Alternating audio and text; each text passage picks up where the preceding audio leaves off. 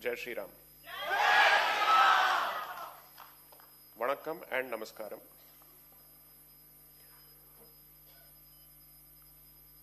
My mind is actually bursting with thoughts and possibilities, especially after hearing this man speak.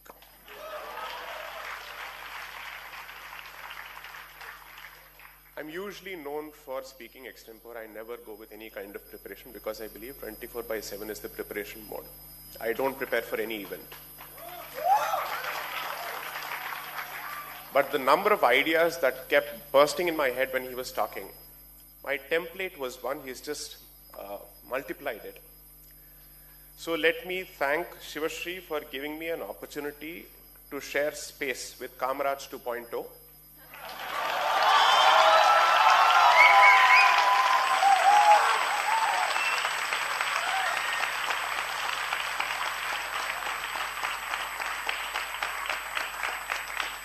In 2022, I think I had the opportunity to call him Tamil Nattin Thamarai.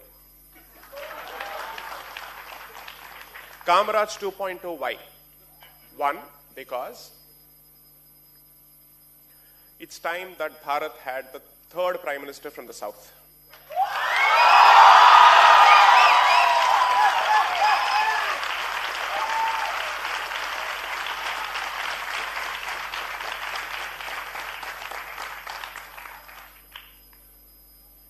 But before that, Tamil Nadu pudicha and the Putrino in 1967, அது முதல்ல ஒழியணும்.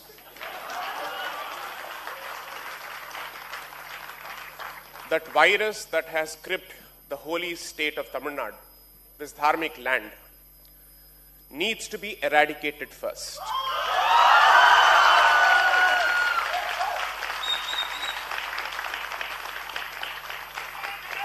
Kalam, Samayam, time has finally given us this option.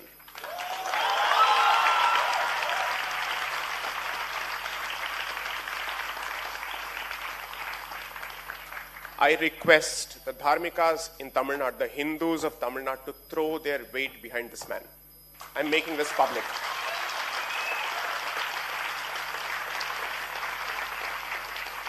It is now or never. This is a do or die battle. 2026 Anju Pushkaram, 60 years mudinjirukkom since 1967. It is time to take a decision. You have to mean business. Every vote matters.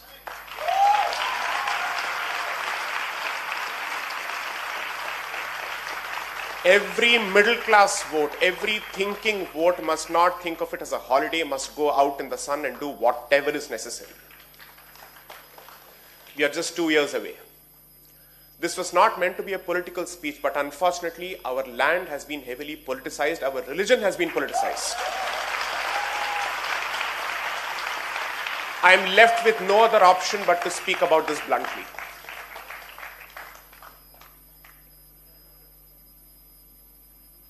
When we speak of think like a Bharatiya, and since he has touched upon the topic of secularism, I'm happy he's actually done that. Over the last 3 years, something tectonic has taken place, and I think it's important for people to take note of it.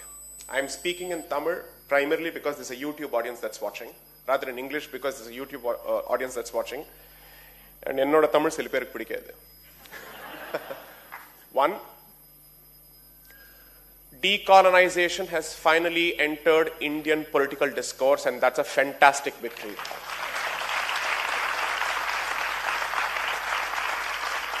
The tragedy is that this conversation should have started in 1947, and it has started in 2020s. No other post-colonial independent society can boast of this kind of prolonged mental slavery. Ever. I know what people like me have gone through in Tamil Nadu. I've witnessed it on campuses. I've suffered the consequences of it. But the only promise and sankalpam I made to myself was that I will never become a jati activist. I will speak for the community as a whole.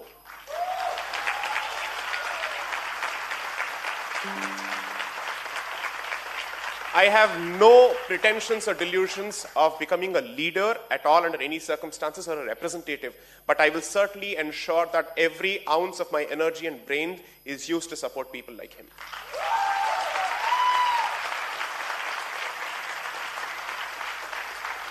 Because I think it's time we did away with the concept of politicians and we think of thinking leaders.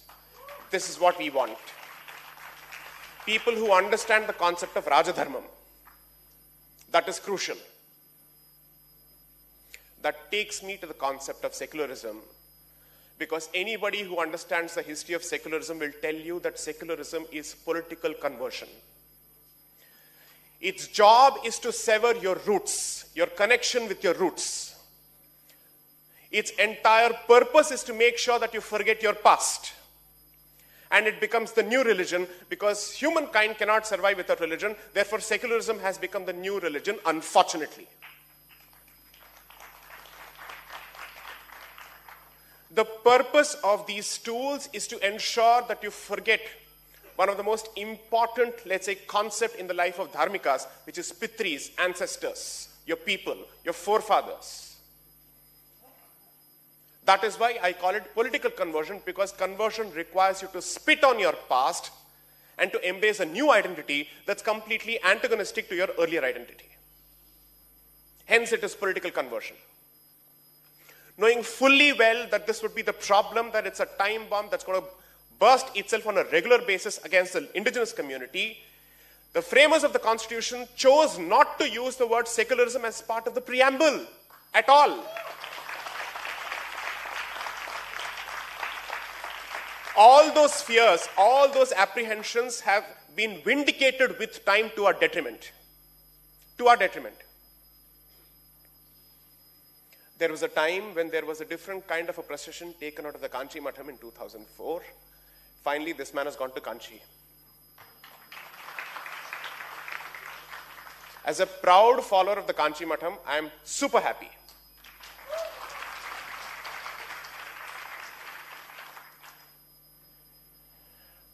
Think like a Bharatiya.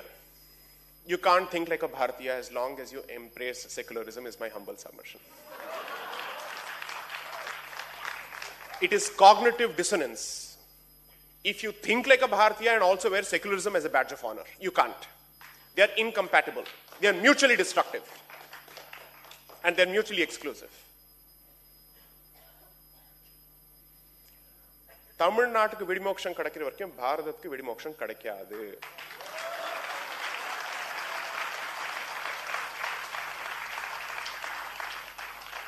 People like Dushyant Sridhar and others will continue to do what they will do on a public platform, but until this becomes a social, cultural revolution, don't expect people like him to fight this battle alone. It is impossible for us to survive and come out unscathed in this battle unless and until you realize that it is not your job anymore to simply outsource even your cultural battles to the politician. Because this battle is being waged on your streets, in restaurants, in movie theaters. Dare I say more?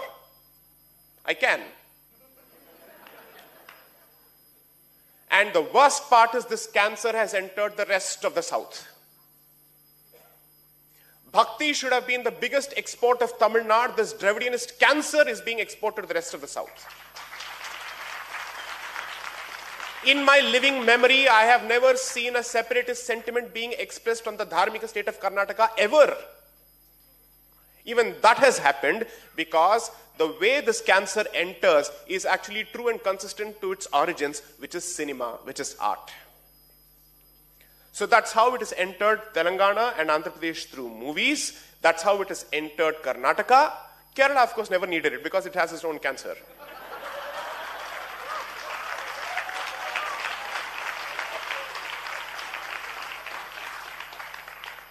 Parashurama Kshetram should have been known for a different red. It is being known for a different red. So the point is, this civilization is a dharmic civilization. Own it, embrace it, be proud of it. That is fundamentally decolonization. If someone says, does it mean that we should embrace everything about the past? When every time I speak of decolonization, I get this nonsensical statement, I'm forced to say, does it mean that you have to spit on your past? No, you don't have to. These are not binaries. Anyone who chooses to focus exclusively on the problems of the past is not a well-wisher of this civilization, because according to him, there is nothing positive worth being discussed.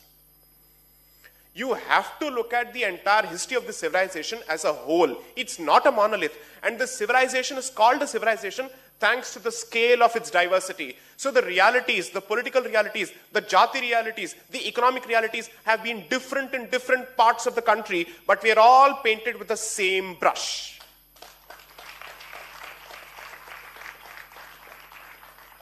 So my suggestion to you is, we will keep doing this intellectual nonsense because that's a battle that has to be fought at a certain level. But what is it that you can do if you have to think like a Bharatiya? Drawing from Mr. Annamalai's speech. 1. Temple tourism in Tamil Nadu must boom.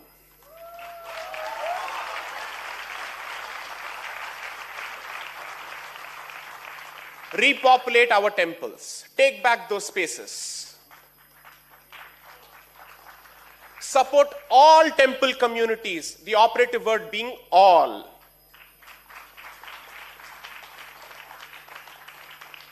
Use the temple to unite people.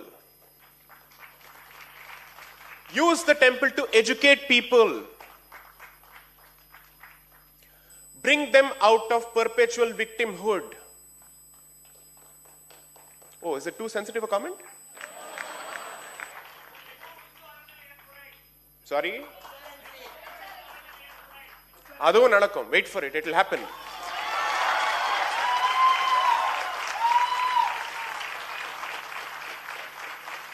Today, our temples are held ransom by an ideology that has vowed destruction of our religion, has taken an oath for it. And they're being true to their political masters who are within and outside the country.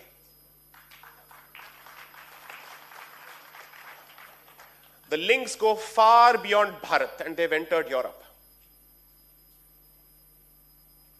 So you have to realize the magnitude of the problem that people like Annamalai face. These battles cannot be contested alone. I have no political affiliation whatsoever. I can say this bluntly with him being on the stage. My affiliation, my fealty, my loyalty is to my community, to my Dharma, period.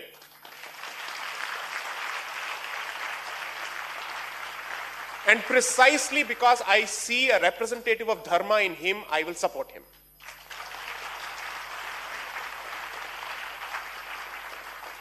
It is absolutely crucial that we understand the challenges. There are a lot of issues and deliverables that are entirely within our control. The first suggestion was going to the temple. There are Sardarjis, members of the Sikh community, who sing in Tamil, in Kumarangundam and other places. I've seen that happen. That is the unity of this land. Char Dham Yatra is impossible without coming to the south, and Sikhs also perform the Char Dham Yatra. The utter nonsense that is being peddled about this community is a direct consequence of our ignorance. In the age of internet, none of us has the excuse for being ignorant at all.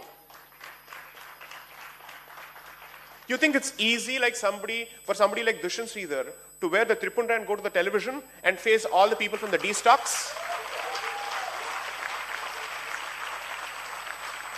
The kind of hatred, the kind of poison, the kind of bile that is being hurled at people like him is unbelievable. How do these people function? Not on your support, but because of their inner spiritual core.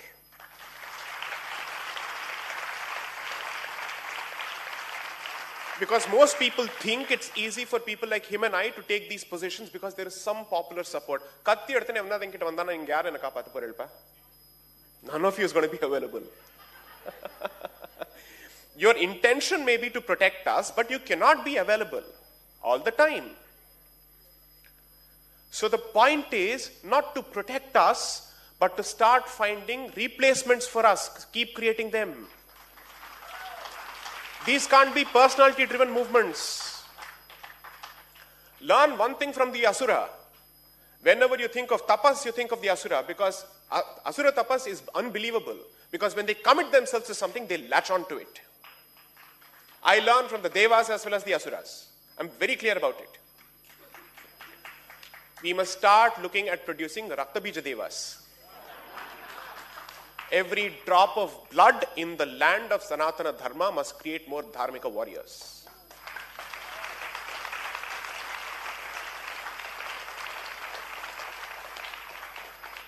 Over the last few weeks, knowing fully well what kind of a sensitive area Jati as a topic is, I have decided to embrace the cactus by talking about it. Because it is important for us to have these conversations. The more you shy away from these conversations, you make them taboo topics, somebody else is going to appropriate it. Somebody else with a vested interest is going to appropriate it. There will never be a conversation with honesty. And with honesty does not mean to deny everything that has happened, but also to say, please don't exaggerate. And also remember that it is meant to bring us together. If the purpose of the conversation is to divide us further, then it is fundamentally a bad faith engagement. It is a dishonest conversation. It's a motivated, malicious conversation. And that is what happens every time we touch this topic. Every incident is a potential entry point for the mischievous Dravidianist. He is waiting for it. So I would request you to use these platforms, these fora, and these institutions as a moment of societal churn. I know I'm in no position to make these suggestions, but I hope that I can make this to somebody like Sivashree, that even our concerts during Margari Masam must carry an important message. It cannot be just a Katha Kalakshepam or a pure cultural event, because none of our classical arts are being, let's say, kept away from this political conversation. Every institution, whether it is dedicated to Bharatanatyam or not, is now under the attack from the left. It's being taken over. Bharata Muni will not be taught in these places, apparently. Bharata Muni will not be taught in an institution which is dedicated to Bharatanatyam, is the scene of the Tamil Nadu of 2020s. And whoever wants to teach Bharata Muni's Bharatanatyam and Natya Shastra is being kicked out as a Hindutva fascist Sanghi. Imagine to what extent we have come down. When your arts are being taken away, remember the one final pure strand that is left between your culture, your past and your present is sought to be severed and corrupted fully. You can't let that happen. You can't let that happen. But don't go ahead with the victimhood complex. The difference between the Dravidianists and us is that go confidently out for engagement, and your outreach must be genuine to all affected parties. Let opinions change. It's not going to be an easy battle, but I can say this with confidence. I say this with confidence. Nobody can accuse me of being different about my identity, jati or religion-wise. And I have not seen my identity or opinion be a barrier when I'm engaging with confidence with people from my community, which is the Hindu community, across the board. I've had people come and speak, explain their position, genuinely express a way to bridge this gap. This is not to my credit. I am saying that there is a willing audience out there, provided you show it in action. You cannot read the, what is that? I don't want to name the newspaper anymore, because it's not what it's meant to be. It is the antithesis of its name.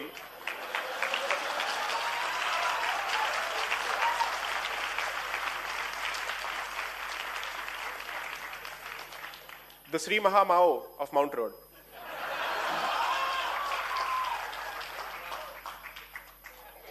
Find a way to get on the ground. You have only 3 ways of contributing to this battle. None of it is to just earn your livelihood and get out with it. Not happening. It's not happening anymore. You have to participate. Financially, what can you do? Culturally, what can you do? Intellectually, what can you do? Spiritually, what can you do? And if you have the ability, politically, what can you do? I understand that politics is not everybody's cup of tea, but everything else is within your remit. It's possible for you to do it. It has come to a point where I'm being asked, are there no Hindus left in Tamil Nadu? That's the question that's coming from North India, or India of the North. This question has started coming. There are no reactions. Anybody says anything. There is absolutely no expression of discontent or displeasure whatsoever when people trample all over you like human doormats. If this is incitement, so be it. I am inciting you to action. I am inciting you to action. A different kind of direct action where you actually go onto the ground and engage with people from your community. It is crucial. These 25 years will define and decide what shall be the way of the future post 2047.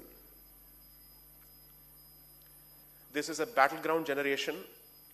Never before in the history of the last 400 to 500 years have we been presented with an option where you actually are in a position to speak with a unified political Bharat. You were speaking with different princely states at one point. You finally have a politically unified Bharat, which was always civilizationally one. One, you have a politically unified Bharat. Then you have been given democratic ways of communication where you're no more dependent on the mainstream media with its own vested ideological interests. Social media has made possible the reach of voices like all of them. Who would have thought at one point that someone coming from Annamalai's background would be able to aspire for the best positions that this country's political system has to offer? This is a sign of change. This is a sign of change. When somebody has to go to court to prevent the viewing of Prana Pratishtha, it's a sign of desperation. It is darkness at its highest position, and that's where the resistance starts. When it is darkest, that's when there is sense of hope, because effectively he's exhausted all his arsenal. His ammunition is over. He has nothing more to offer. While I practice in Delhi, I make this abundantly clear. Oru kaal inga kandipa irukum. Because this is the time.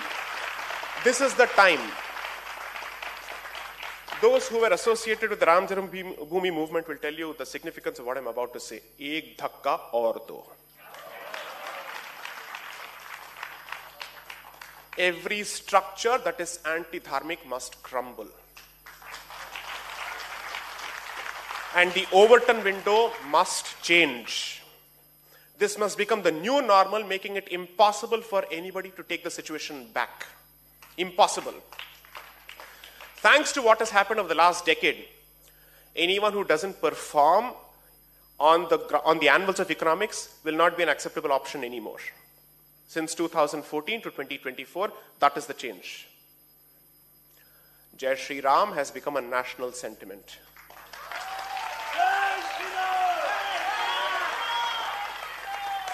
In the land of Ramsamy,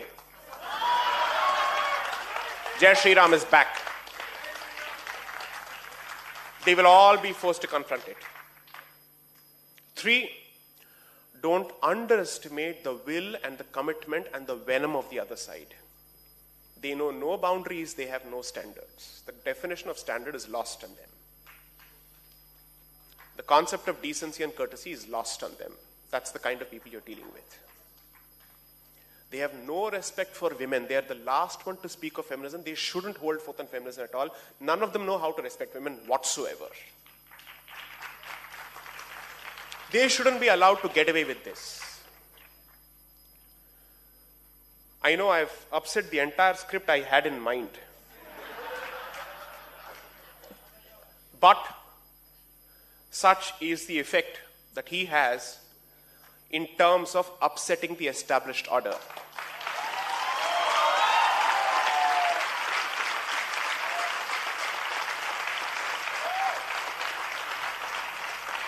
I thought I'll at least stick to the script I wrote and scribbled. I couldn't. Grama Devatas and Kula Devatas are the battlegrounds, by the way. Please go back to them. Revive your Grama Devatas and Kula Devatas at the very least. Because the divide that they are hoping to succeed in is to divide temples from Grama Devatas and Kula Devatas and say, no, these are two different strands altogether. One has got nothing to do with Sanatana Dharma, and this is all some Brahmin conspiracy. Please embrace those deities. I know for a fact that my own in-laws have Ayyanar as the Kula Devata, which means they also serve meat and toddy. That's what these idiots don't understand. They won't understand. Every temple has a paddhati. Whatever the temple says, we will do it. Period. It doesn't matter. It doesn't matter to me what is the origin of the priest. If the priest is a priest in a particular place of worship, you will surrender to his diktats as far as that institution is concerned. Break these silos. Since actions speak louder than words, the most powerful impact which the other side dreads is the repopulation of even the street temples, the unknown temples. Because Madurai Meenakshi will always get crowds. What about other temples? What about other temples? Go back to those temples, forge your sense of community, which is the one thing lacking in this community, and that's haunted us for thousands of years now. And our definitions of community are in micro-definitions. Let us assume for a moment that I accept the reality that these micro-definitions cannot be done away with because they have withstood the test of time for thousands of years. I can only make one point. Respect every micro-identity. Treat everybody with respect. Because if you don't do that, respect will be replaced by dangerous victimhood complex. When you do that, when you take every profession seriously, you'll realize that all the professions which were in the hands of our communities, which have been lost to others, can be reclaimed. Otherwise, they'll come and live like destitutes in cities. It's not as if Chennai has the ability to accommodate everyone who comes here. It doesn't have the resources for it. And since they know for a fact that their professions will not be respected in the places of their origin, they have no other option but to get out of the place. One is a loss of dignity, the second is a loss of opportunity. We have to address both. And that will happen when you start going back to these places, when they realize that there is more footfall. So revisiting your places of worship is not just about religion, it's equally about economics. Go to Ayodhya and you will be surprised at the infrastructure development there. I am someone who believes in respecting sanctity first and ensuring that infrastructure organizes itself around that respect for that sacred space. I don't believe in corridorification at the expense of the sacred space. But I believe both of them can go hand in hand with a sense of balance. In Ayodhya, you will not believe for a moment some of those roads, most of those roads are better than Chennai's roads actually. And Bharatiyas know how to maintain infrastructure. The thought, the self-loathing thought that we don't know how to maintain infrastructure, Delhi Metro has been running fantastically since 2004. It's among the best in the world. Washington is really terrible, even in terms of its metro system. Delhi is brilliant. This is happening across the country. So when someone tells you you don't know the value of economics, you don't know the value of maintaining infrastructure, that you are not clean fundamentally, address each of these aspects. These are fundamental deliverables where he and I don't need to play a role. We have no business playing a role in that. We can only tell you, this is the big picture, find your places within. Some of these battles, it's for you to embrace. I don't want to say anything further. I'll take questions from the audience for at best 10 minutes, assuming we have the time for it. 5 minutes? Fair enough.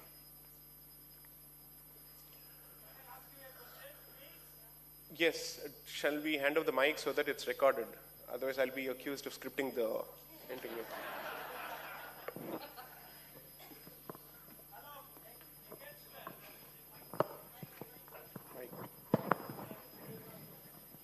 I think we'll go with lots of students first, please. Yeah, I would want to give students an opportunity first. Hello. First of all, it's an absolute honor to meet both of my heroes in real life. One would be a question exclusively for you. Another would be both of you and Annamalai Anna together, because I don't know if I'll get an opportunity again. First is, since we're in Mylapore, do you think there is credence to the fact that Mylapore temple's original location is something else? And if that's true, do you think it's possible for us to get it back? Second question, just one moment, for Annamalai Anna and you together. As you know, Anna, concurrent list, item 28, is religious endowments. Yeah, got it. Why doesn't the central government, which has the power right now with an absolute majority, enact a law where they bring in temples not just for Tamil Nadu, but for all of India, since Anna keeps saying that, the first signature would be to remove the HR and CE ministry. Right. Thank you so much. So, the temple reclamation question and the temple management question are two different aspects. So let me try and address one of them, and I'll hand it over to Mr. Annamalai. First, when we wanted one, they said nothing doing. Now when we're asking for the other with evidence, they're saying nothing doing. So when somebody displays that kind of intransigence, I will say then my position of minimalism has no value. Let me now have no limits on my ask at all. At all. So when I dropped the figure of 40,000 over the last 2 weeks, people went on fire. Oh, what did he say? Barnal Matama Vithupoche. Every 40,000 எங்க இருந்தது? Array மூணு கொடுத்தா நீ வந்து எதுவும் இல்லைன்னு சொல்ற. சரி நான் 40,000 கேட்கிறேன். Because anyway your answer is going to be sunna. Zero. If your answer is a zero, then I have no other option but to take a maximalist position. Two, okay, let me ask a different kind of Dravidianist argument right now. I'll present that argument. Why haven't any of these people said, why only temples of the north, Kashi, Mathura and Ayodhya? What about the temples of the south? They are apparently batting for the southerners, right? If they were Hindutva southerners, they should be saying, why only 3 temples of the north? What about other temples? Because they have decided for us that these are the holiest of our places. Okay, so if Madurai Meenakshi had been under occupation, would we not have asked for it? Absolutely. If Srirangam had been under occupation, you wouldn't have asked for it? Let someone tell me that Srirangam isn't among the holiest of our shrines. I dare them. Let them say Madurai Meenakshi is not. If Sabrimala was under occupation, would you not take it back? That's it. In a community that has 51 Shaktipeethas, 108 Divyadesams, 12 Jyotirlingas, what do you mean by 3 holiest of our shrines? Every community has its own holy shrine or holiest of shrines. I'm a Shaivite. For me, what is more important? As much as Ayodhya is important, Kashi is important, and if Chidambaram had been under occupation, that's equally important for me. Who are these people who are deciding for us to say, no, now that you want everything, limit it to 3? On what basis do you decide? When you you have a grand position is, Hinduism is not even centralized. Then how do you decide that 3 of these places are the holiest? If it is decentralized, then the argument has to be decentralized. Let the owners and the claimants of each of those temples decide for themselves. You don't decide for it. 2, when someone says, wouldn't this lead to some kind of a conflict and all that? They said this about 370. They said this about Rama. So every time it's a subtle thread that is being dropped. I'm saying, enough. Okay? Now this won't work anymore. The community has awakened. They have seen through all of this, and the evidence is right in front of your eyes, and your attitudes are also right in front of people's eyes. Enough is enough. The Supreme Court basically said that even the occupier for centuries will be given land despite having lost the case. That is the most magnanimous ask that you can get from the highest constitutional court of the country. I'm saying I'm willing to propose even that. Somebody asked for 5 villages once. I am giving you 5 acres now. You don't want this. Consequences will follow. Time will decide. The master accountant is always time. It is a Kala Chakram, it will keep coming back, and our time is now. Second, entry 28, I agree with you. I have said this in articles, I have said this in speeches. I think it's important for us to start forming a broader consensus. Since this ask has been limited to a select few people or select individuals, it has remained a storm in a teacup. My suggestion to you will be this. Strengthen his hands by making the temple freedom movement a Hindu movement and not the movement of one particular community in Tamil Nadu. I'm not saying that anybody is limiting it to one particular community, but the perception needs to change, and I certainly think people who are working for it are working towards it. But the other side constantly says, no, this is effectively a clique of a particular community that is interested in restoring its domination and supremacy. Address that. Don't run away from it. It's important to address that. Start the outreach. The legal battle will be fought.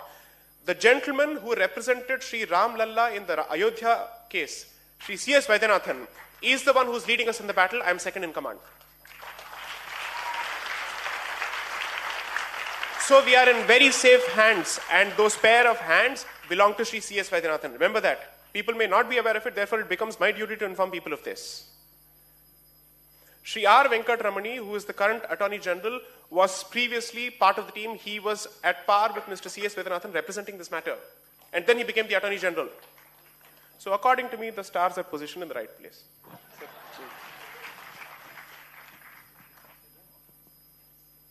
Please. Dear brother, we all know why you have asked this question. Normally, this thought process comes when there is a mismanagement. When something is not right, something is not managed the way it is supposed to be managed. And the Tamil Nadu HRNC Act is time tested by the Supreme Court at different points of time, especially in the case of Chidambaram Deekshita's issue, multiple cases. Now, visibly among the public, even a common man who is sitting in a tea stall will say, temples are mismanaged. Why I am saying this? In the last 3 days, if you have had the time to scan the newspaper, பார்த்துருந்தீங்கன்னா தெரியும், பழனி கோவிலில் அறநிலைத்துறை விற்கக்கூடிய பஞ்சாமிர்தம் அறநிலைத்துறை ஸ்டாலில் நேற்று காலையில் கெட்டுப்போன பஞ்சாமிர்தத்தை விற்கிறாங்க. Just one story in the newspaper yesterday. Day before yesterday in Avadi, in a temple run by HRNCE for the Lord, 8 சவரன் நகையை ஒருத்தர் எடுத்துட்டாங்க. யார் எடுத்தாங்கன்னு பார்த்தீங்கன்னா part time archaka, not a full time, part time archaka, part time teacher, part time nurse மாதிரி part time archaka. The recent audit statement of Tiruchendur Muruga temple says 5,309 cows are missing. அதான் நாம கொடுத்த கவு காணாம போச்சு. And in the audit report they have written, we don't know where the cow is. So இது ஒன்று. 1986 HRNC affidavit in High Court. 2024 what they claim, we have lost 2 lakh acres of land belonging to temple. So நீங்க ஓவராலா பார்த்தீங்கன்னா there is a very fit case to say that temples are being thoroughly mismanaged as one. Second is disturbing the faith and the cultural process. இது வந்து ரெண்டாவது ப்ராசஸ்ங்க. This is where you get disturbed more. Prana Pratisthai. For a temple that is not run by HRNCE in Kanchipuram, the finance minister is sitting there, like everybody there as a common audience, wanted to watch it live.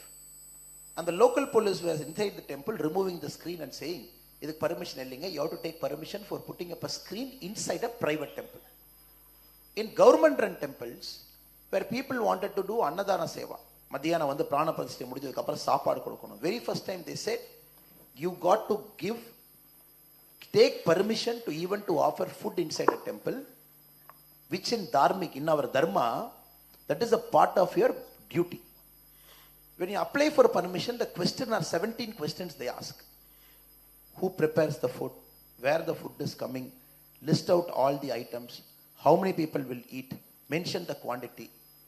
Then you please go and meet the JC. So in the Mari. So part number 2 is more disturbing. One is mismanagement, of course. The part number 2 is a deliberate effort to stifle the way you practice your religion. Part number 3 is distorting your practice. பூஜை நடக்கிறது கிடையாது, அது எந்த விதத்தில் நடக்கணுமோ அது கிடையாது. இந்த மூன்றும் வந்து இப்போ தமிழ்நாட்டில் பார்க்க ஆரம்பிச்சிட்டோம். Now your specific question, is there a fit case? Yes, absolutely there is a fit case. That's why as a political person, we keep telling as a party's thing, in constituency number 100 in Srirangam, we said, time has come to dismantle HRNC in Tamil Nadu, which BJP, when people vote us to power, we will do. Now the very specific question of entry 28 concurrent list. 2 days back, Amit Shah ji was sitting in an economic summit. There was an audience like you who asked a question. The opposition is unhappy with the Bharat Ratna that is given. They say for politically you have given Bharat Ratna to get votes. The opposition is asking, why not Savarkar is not given Bharat Ratna? Amit Shah ji's answer is my answer. Amit Shah ji said, thank you for the suggestion.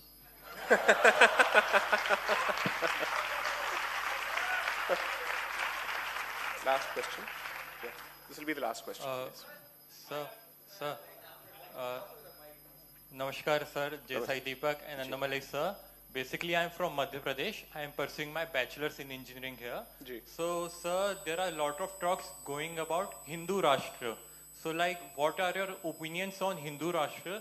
And is Hindu Rashtra actually possible? One, yes, it's possible. Two, it merely means restoring the civilizational identity of this land and not using imported values to pixelate our identity. It doesn't mean second-grade rights to anybody else, but it certainly means the preferential treatment that has been going on and on and on for over 100 years, according to me, not just over 75 years, needs to stop, and particularly, history needs to be acknowledged. So when we are told that in the context of jati and so on and so forth, acknowledgement of history is important, and addressing that situation through social justice mechanisms is important, I fail to understand how does history suddenly become irrelevant and redundant in the context of other issues. You can't selectively say history is relevant for this and not this, because this is your pain point. I'll keep doing this on a regular basis. But as far as other issues are concerned, where history is actually acting to your advantage, I will not talk about it. That can't happen. 3, my vision for Bharat is actually what I would call Pax Indica, which is Greater Bharat. What is Pax Indica? If you read history, it will speak of Pax Britannica, Pax Romana, and now we are witnessing the dying gasps of Pax Americana, which means it's called Roman peace or English peace or American peace, which is peace that is established under the supremacy and the leadership of a particular country, where it has the widest possible economic influence, the widest possible cultural influence, and the widest possible political influence. My vision is strengthen your position within, and the immediate neighborhood of undivided Bharat should also become safe for the core identity of Bharat. That is the day you would effectively come to a point where a CAA is no more necessary.